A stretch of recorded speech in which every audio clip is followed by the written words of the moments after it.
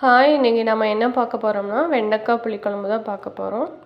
அதை எப்படி செய்கிறதுன்னு இப்போ நம்ம பார்க்கலாம். தேவையான பொருள் என்னென்னு பார்த்துக்கலாம். வெண்டைக்காய் வந்து நான் இந்த மாதிரி கட் பண்ணி எடுத்துக்கிட்டேன். புளி ஊற வச்சுக்கிட்டேன். 4 பல் பூண்டு, கருகாப்பில், குழம்பு மிளகாய் தூள், அப்புறம் சின்ன வெங்காயம். இப்போ வந்து நம்ம வெண்டைக்காவை வணக்கி எடுத்துக்கலாம். வெண்டைக்காவை வந்து நம்ம வணக்கிக்கலாம். நான் எண்ணெயே ஊற்றாம தான் வணக்கிறேன். இதோட கொஞ்சோண்டு வலுவலுப்பு போனதும் நம்ம இது பண்ணிக்கலாம்.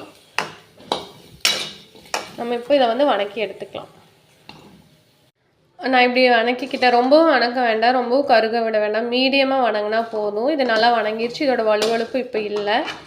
இப்போ நம்ம குழம்பு வைக்க ஆரம்பிச்சிடலாம். வடக்கல் நல்லா காஞ்சிருச்சு. நம்ம எண்ணெய் ஊற்றிக்கலாம்.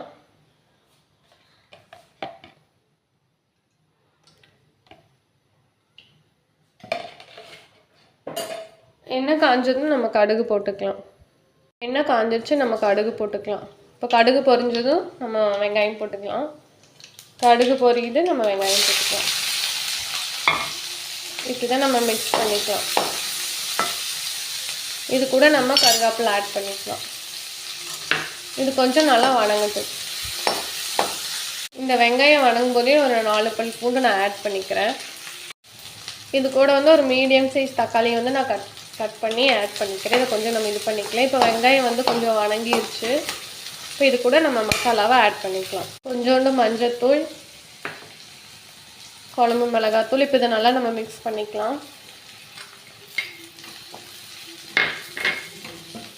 ஸ்லோ ஃப்ளேமில் நம்ம வச்சுக்கணும், இல்லைன்னா நமக்கு தும்பலாம் வரும். நல்லா மிக்ஸ் பண்ணிட்டேன். நம்ம புளி ஊற வச்சுருப்போம்னா அதை கரைச்சி வந்து இது கூட நம்ம ஆட் பண்ணிக்கலாம். கரைச்சி வச்ச புளி இது கூட நம்ம ஆட் பண்ணிக்கலாம். ரொம்ப புளிப்பாகவும் இருக்கக்கூடாது. நம்ம இது கூட கொஞ்சம் தண்ணி ஆட் பண்ணிக்கலாம். ஆட் பண்ணிட்டு இது கூட தேவையான அளவு நம்ம உப்பு சேர்த்துக்கலாம்.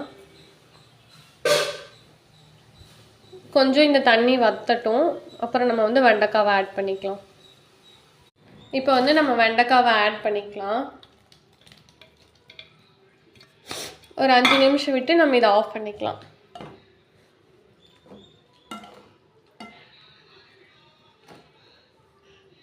புளி வந்து நம்ம ஒரு சின்ன எலுமிச்சம்பழம் சைஸ் எடுத்துக்கலாம். உங்களுக்கு எவ்வளோ தேவையோ நீங்கள் அவ்வளோக்கு தேவையான அளவு புளி எடுத்துக்கலாம். இப்போ வந்து அவ்வளோதான். இன்னொரு 5 நிமிட்ஸில் நம்ம இறக்கிடலாம். எதுக்காகனா இந்த வெண்டைக்காய் வந்து நல்லா இந்த குழம்புல இதாகணுங்கிறதுக்காக தான். நம்ம புளிக்குழம்பு ரெடி ஆகிடுச்சு. இதை வந்து நம்ம வேறு ஒரு இதுக்கு மாற்றிக்கலாம்.